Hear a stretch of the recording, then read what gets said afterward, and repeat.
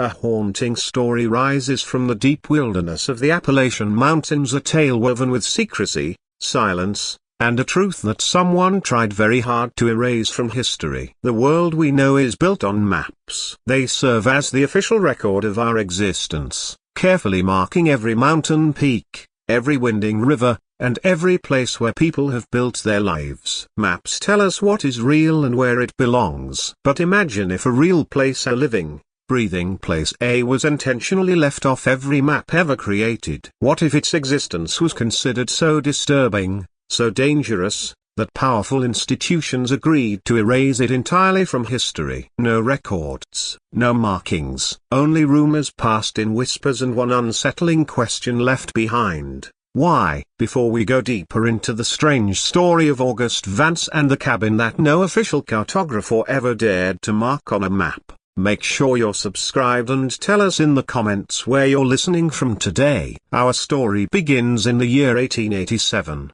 At that time, the United States Geological Survey, established after the ambitious Survey Act of 1879, had begun an enormous undertaking. Their mission was to explore and measure the vast American landscape with unmatched precision. Teams of surveyors pushed into remote territories, carefully documenting every ridge, valley, river, and elevation they encountered. It was an immense challenge. Many of these expeditions ventured into regions where civilization felt like a distant rumor and the wilderness still ruled with ancient authority. In those places, the land seemed to hold secrets older than any nation. Mapping the country in those days was more than scientific work, it was a declaration. It represented the belief that every inch of the nation could be known, measured, and recorded. Through maps, the young country attempted to bring order to the untamed wilderness, drawing clean lines across landscapes that had once seemed limitless and unknowable. Cartographers and surveyors believed they were revealing the very skeleton of the American continent,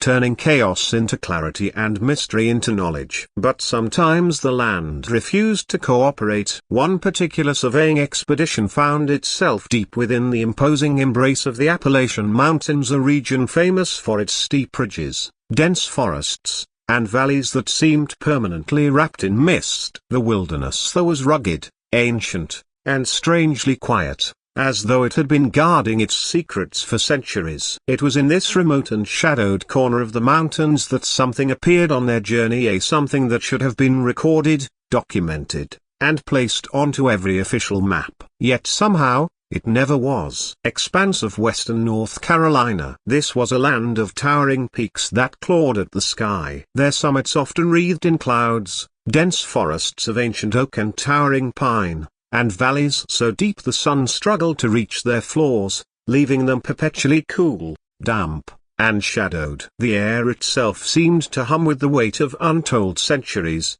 carrying the pungent scent of damp earth, the sharp, clean aroma of pine resin, and the faint metallic tang of distant rain that always seemed to be gathering on the horizon, promising to deepen the verdant greens of the landscape. Here the mountains were not merely scenery, they were a living, breathing entity. Their moods shifting with the weather. Their silence profound and watchful, holding secrets as old as the granite beneath their soil. Leading this particular team was Thomas Hall, a man whose sharp intellect was matched only by his unwavering dedication to precision. Holt was a surveyor of the old god, his face a road map of sun-baked skin and wind-chapped lines, his eyes a keen piercing blue, perpetually scanning the horizon for the next benchmark, the next triangulation point. He believed in the absolute truth of numbers, the undeniable reality of a line drawn on a map, a contour meticulously rendered. For him the wilderness was not a mystery to be feared, but a complex, intricate puzzle to be solved, its every feature waiting to be meticulously recorded, its secrets laid bare by the cold, impartial logic of mathematics. He carried the weight of his profession with a quiet solemnity, understanding that the maps he created would guide generations, shaping the future of commerce, settlement, and national identity. His instruments, the heavy brass, the theodolite, the smooth wooden plane table, the precise lodade, were extensions of his own will, tools of an almost sacred craft. Each click and adjustment a step towards absolute certainty. His assistant, Percy Dade, was a younger man, barely out of the university, his enthusiasm still untempered by the harsh realities of fieldwork. Percy saw the mountains through a romantic lens, a canvas of wild, untamed beauty, a place of adventure and discovery, a landscape ripe for poetic contemplation. He was quick with a joke, quicker with a pen, and possessed a nervous energy that often manifested as incessant chatter, a constant stream of observations and questions that sometimes grated on Holt's stoic nerves. He admired Holt's unwavering focus and almost monastic dedication, but sometimes found it impenetrable, a wall between the practicalities of the survey and the raw untamed spirit of the mountains that Percy felt so keenly. He was a diligent worker,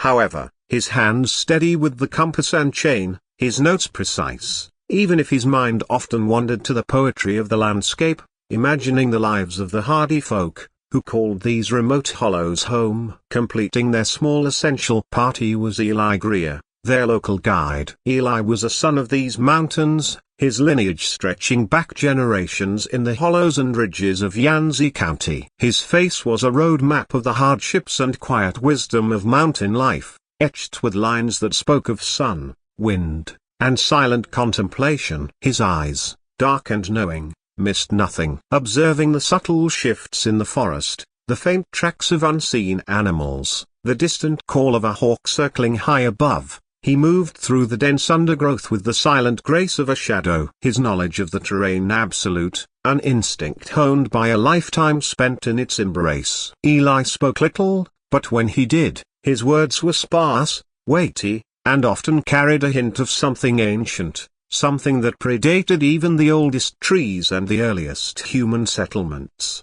He knew the trails, the game paths, the hidden springs, and the unspoken rules of the mountains. He also knew the people, the scattered families living in isolated homesteads, their lives as intertwined with the land as the gnarled roots of the old-growth forests. Eli was their bridge to this wild world, a necessary, if sometimes enigmatic presence, a man whose silence often spoke volumes, hinting at depths of knowledge Hall could only guess at. For weeks they had toiled their days a relentless rhythm of arduous climbs up steep rocky slopes, precise measurements with their heavy instruments, and long silent treads through terrain that seemed determined to resist their intrusion. The air was often thick with gnats, buzzing relentlessly, the ground treacherous with loose stones and tangled roots that threatened to trip them at every turn. The nights were spent under a vast star-dusted sky, so clear and brilliant it felt as if they could reach out and touch the Milky Way,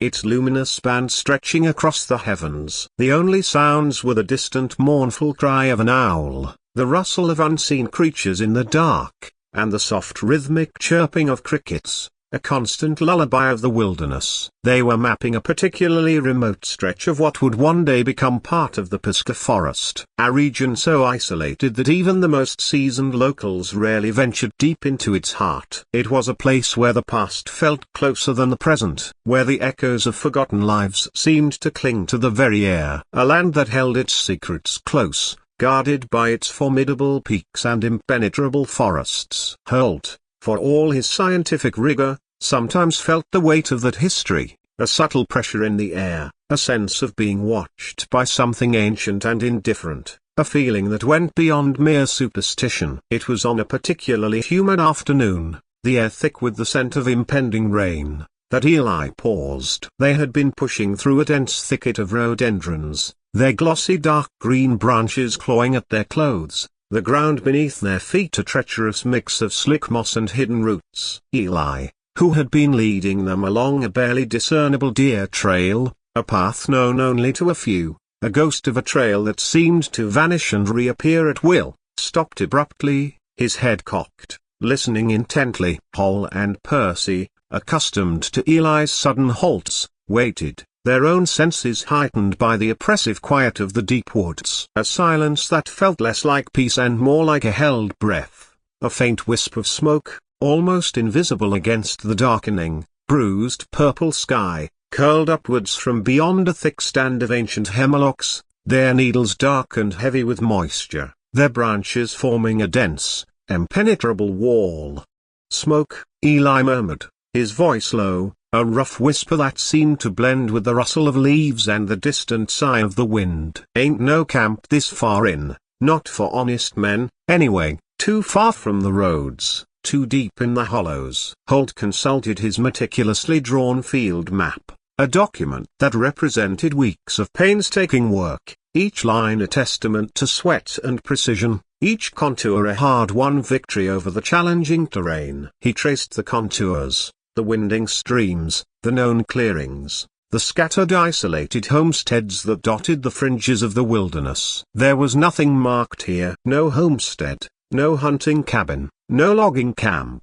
According to every official record, every survey, every piece of paper that purported to describe this patch of wilderness, it was uninhabited, untouched, a blank space on the canvas of civilization. The very idea was an affront to his professional sensibilities, a challenge to the absolute authority of his maps. Curiosity, a professional instinct as sharp as any blade, pricked at Holt. It was more than curiosity. It was a challenge to the very foundation of his work, to the belief that everything could be measured, charted, and understood. "Let's investigate," he commanded, his voice betraying a hint of intrigue that wed with a growing sense of unease. Percy, ever the nervous one, shifted his weight, his eyes darting into the deepening shadows of the forest, a silent plea for caution in his anxious gaze. They pushed through the undergrowth, the air growing heavier, more humid, the silence more profound, broken only by the crunch of their boots on fallen leaves, and the distant mournful call of a wood thrush, its song a lonely counterpoint to the growing tension. Then, through a break in the trees, they saw it. A cabin, not a ruin, not a derelict shack slowly succumbing to the forest's embrace, but a sturdy, well-maintained structure of rough-hewn logs nestled in a small, surprisingly neat clearing. Smoke indeed drifted lazily from its stone chimney, a thin grey plume against the dark green backdrop of the hemlocks. A small, meticulously tended garden lay beside it, rows of corn and beans standing tall and green, a testament to diligent labor and a stubborn will to survive. A few scrawny chickens scratched in the dirt, their clucking a surprisingly domestic sound in such a wild place, and a shaggy goat was tethered near a lento, chewing contentedly on a patch of clover. It was a picture of quiet, self-sufficient life utterly out of place, a defiant assertion of human presence in an uncharted wilderness, a living contradiction to their maps. As they approached, their footsteps crunching on the gravel path leading to the cabin, a figure emerged from the doorway. An old man, his frame stooped, but still surprisingly robust, his hair and beard a tangled mass of white, like spun moonlight, catching the last rays of the fading sun. He wore simple homespun clothes, patched and faded, and his eyes, a startling pale blue, seemed to hold the vast ancient wisdom of the mountains themselves, deep and unreadable, like pools reflecting an unknown sky. He watched them approach, not with surprise or fear, but with a calm, almost unnerving stillness, as if visitors were unexpected, if infrequent occurrence. There was no welcoming smile, no hint of alarm, just a steady, unwavering gaze that seemed to penetrate their very thoughts. "Afternoon," Holt called out, raising a hand in greeting, his voice echoing slightly in the quiet clearing, feeling strangely loud in the profound silence. "We're with the Geological Survey, mapping this region." He gestured vaguely to their equipment, the theodolite strapped to Percy's back,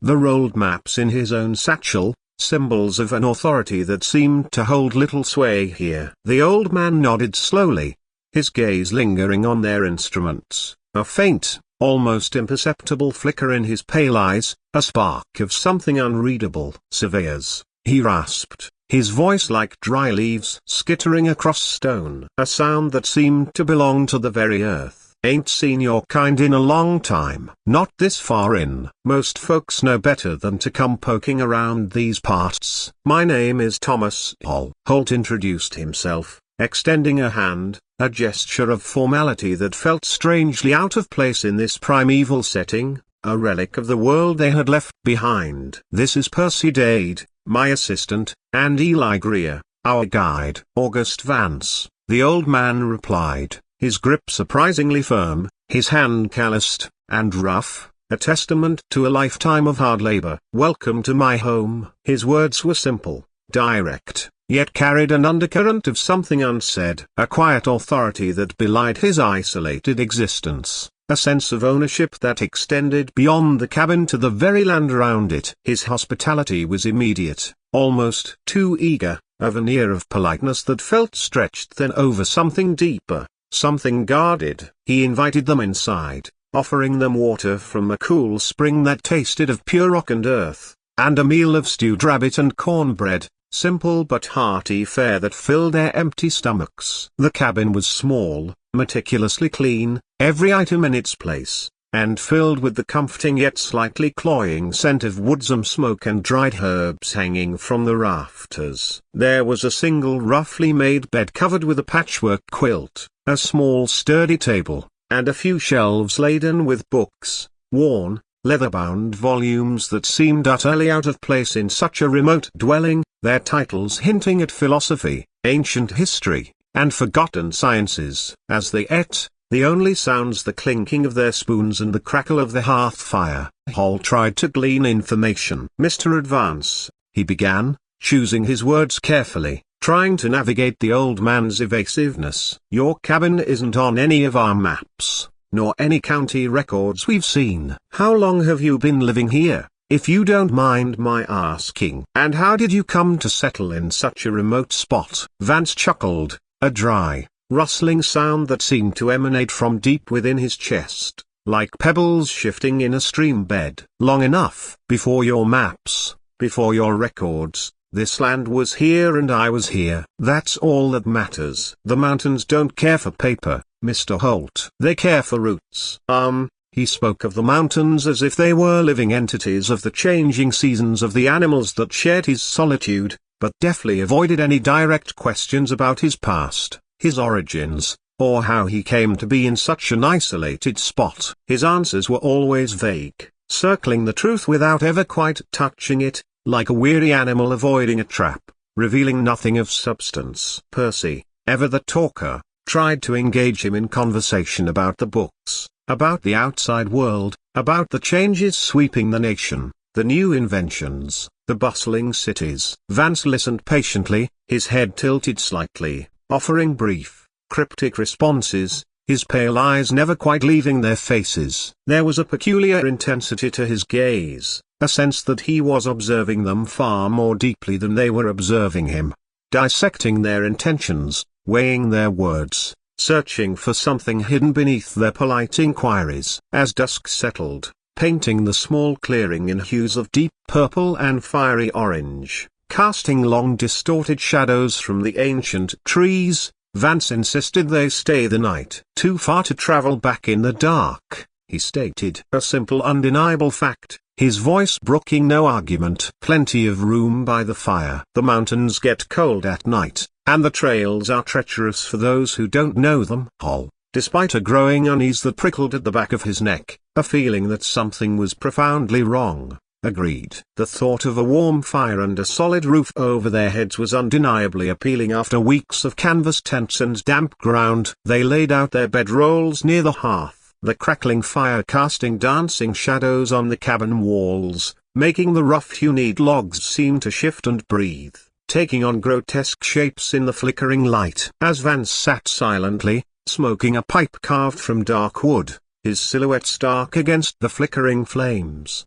Hall couldn't shake the feeling that they had stumbled upon something far more significant than an unmapped dwelling. The cabin was a physical anomaly, a ghost in the meticulously charted landscape, and its inhabitant, August Vance, was a man who seemed to exist outside of time, outside of any official record, a living secret in the heart of the wilderness. The silence in the cabin that night was not peaceful. It was heavy, pregnant with unspoken histories, a silence that seemed to press in on them, filled with the echoes of lives unknown, of secrets too terrible to be voiced. Hall found sleep elusive, his mind racing with questions that had no easy answers. the image of the unmapped cabin burning in his thoughts. If you're finding yourself drawn into this chilling mystery, make sure to hit that like button and tell us in the comments what you think happened to the people who once lived in that cabin. The encounter with August Vance and his phantom cabin neared Thomas Holt with an intensity that bordered on obsession. Back in Burnsville,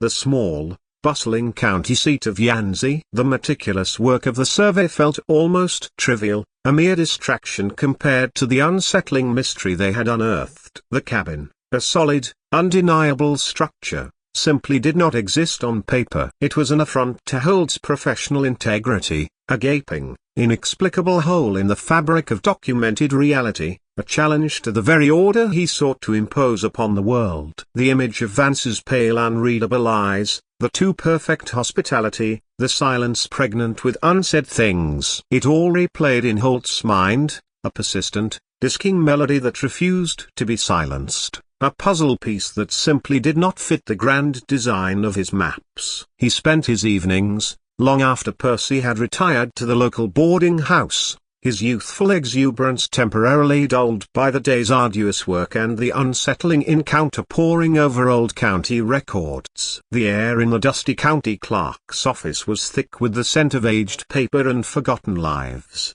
a musty aroma that spoke of time's relentless passage. Hall consulted faded plat maps, their ink bleeding into the parchment, their lines blurring with age, tax ledgers with their meticulous spidery script, and census reports stretching back decades. Each name a fleeting echo of a past existence, a brief flicker in the annals of the county. He visited the county clerk, a stoic woman named Martha Finch, whose memory for local families and their intricate histories was as sharp and precise as her penmanship. Martha, with her spectacles perched on her nose, was a living archive. Her mind a labyrinth of names, dates, and local law, a repository of the county's collective memory. Vance, you say? Martha mused, tapping a finger on a dusty ledger, her voice dry as the pages themselves, a rustle of forgotten facts. Don't recall that name among the old families in that part of the county. Most folks up there are Griers, Youngs, Silases, hard-scrabble folk, but good, honest, keep to themselves. Vance, you say? She shook her head slowly, her gaze distant, sifting through decades of memory, her brow furrowed in concentration. No, Mr. Hall, no Vance in these records for that area. Not that I've ever seen, and I've seen most everything that's passed through this office since '65. If he's there, he's a ghost. He's world pressed on describing the cabin's exact location, its profound isolation, the startling image of smoke rising from an unmapped chimney, a beacon of defiance against the official record. Martha's brow furrowed deeper, a network of fine lines deepening on her forehead, a sign of her struggle to reconcile the known with the unknown. That's deep country, she conceded, her voice dropping slightly, as if speaking of a forbidden place. Not many settled that far in. Too remote,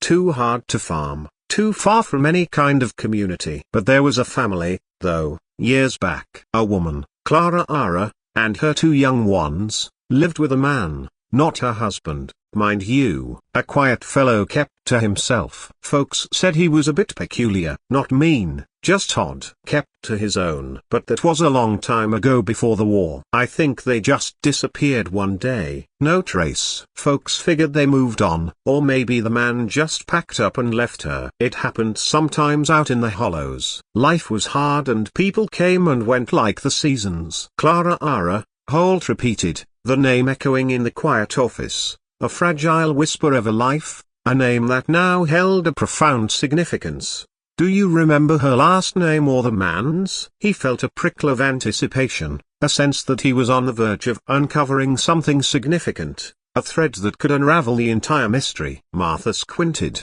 her eyes half closed in concentration, her memory sifting through the dust of years. No, can't rightly say, just Clara. She was a pretty thing, though, always kept her children clean despite the poverty. A shame, really. Two sweet little ones, a boy and a girl, if I recall. Just vanished like smoke. Her words, like smoke, resonated with the image of the cabin's chimney, a chilling coincidence that sent a shiver down Holt's spine. connecting the past to the present in a way he couldn't ignore. Hall felt a cold dread creep up his spine, a chilling certainty that settled deep in his bones. A woman, children, disappeared. Vance had mentioned no one. He had spoken of living alone for long enough, a solitary existence stretching back into an undefined past, a past he seemed determined to keep hidden. The discrepancy was stark, undeniable, a gaping wound in Vance's carefully constructed narrative. He sought out Eli Greer,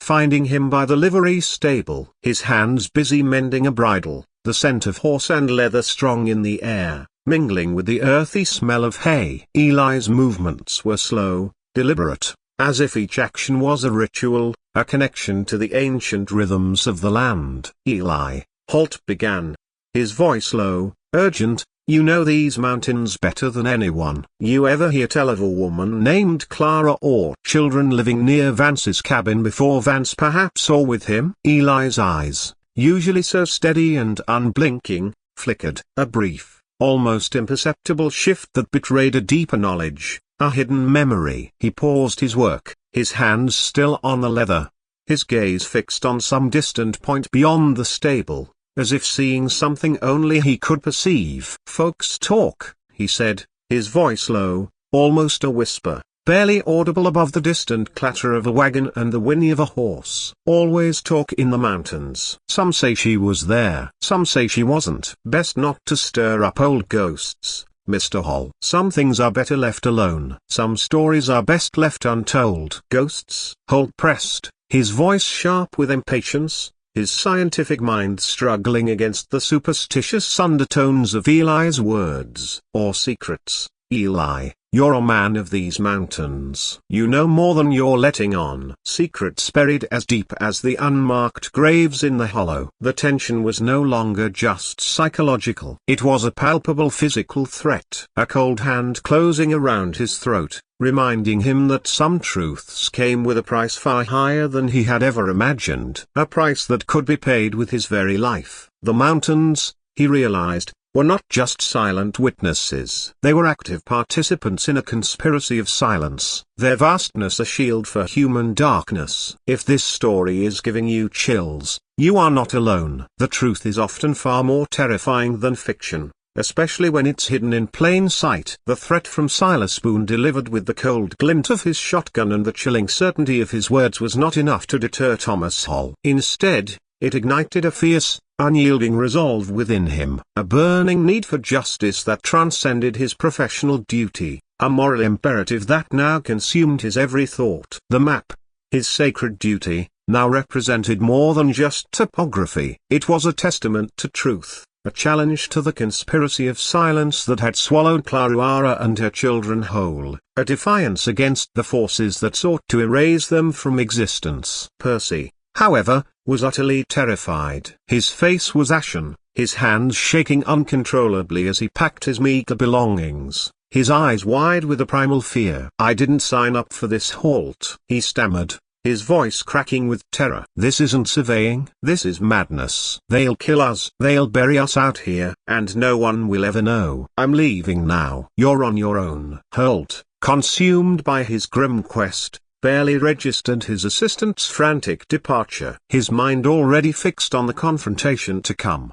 on the truth that lay just beyond his grasp. Eli surprisingly stayed. His face was a mask of grim determination. His earlier warnings now replaced by a quiet, almost mournful acceptance of what had to be done, a sense of duty that transcended his fear. I can't let you go alone, Mr. Holt, he said, his voice barely audible, heavy with the weight of generations of unspoken pain, a legacy of silence he was determined to break. My family, we've lived with this shadow too long, too many years of looking away, of pretending not to hear the whispers. Maybe it's time for the light. Maybe it's time for the mountains to finally give up their dead, and for the living to finally speak. His eyes, usually so guarded, now held a fierce, quiet courage, a resolve born of deep-seated guilt and a yearning for redemption. Together, the surveyor and the guide, they returned to Vance's cabin. The old man was sitting on his porch, whittling a piece of wood, his movements slow and deliberate, as if he had been expecting them. as if he had been waiting for this moment for decades, for the inevitable reckoning. His pale eyes held no surprise, only a deep unsettling weariness, a profound resignation that seemed to stretch back through time. A man at the end of a long, dark road. The air in the clearing was still heavy, pregnant with the impending revelation, the silence broken only by the rhythmic scraping of Vance's knife against the wood. "You found them, didn't you?" Vance asked, his voice flat, devoid of emotion, like a stone skipping across a still pond, barely disturbing the surface. "The little ones, Clara, you found their resting place." "I knew you would eventually." He did not look up from his whittling, his knife carving slow, rhythmic curls from the wood, as if the act itself was a form of meditation, a way to keep his mind from wandering. Holt stepped forward, the locket and the wooden doll clutched in his hand, their silent presence a powerful accusation, a tangible link to the lives that had been so extinguished. "Why, Mr. Vance, why were they buried in an unmarked grave? Why are you not on any map? Why did everyone conspire to erase you and them from existence? What unspeakable thing happened here?" His voice was raw, trembling with a mixture of outrage and a desperate need for understanding, a plea for the truth. Vance sighed, a long, rattling breath that seemed to carry the weight of decades of secrets buried deep within his soul. He finally looked up, his pale eyes meeting Holt's, and in their depths Holt saw not madness, but a chilling, almost rational possessiveness, a twisted logic that had driven his actions. He began to speak, his voice a low, monotonous drone, weaving a tale that was both horrifying in its casual cruelty and tragically mundane in its human origins. A story that unfolded with the inevitability of a Greek tragedy. He had come to these mountains decades ago, a young man seeking solitude, escaping a past he refused to name. A past he had deliberately shed like an old skin, leaving no trace behind. He built his cabin with his own hands, lived off the land, a self-imposed exile from a world he had come to despise, a world that had, he felt, wronged him. Then years later, Clara arrived. A young woman, desperate, fleeing a brutal husband in a distant county, her spirit broken, but her will to protect her children fierce.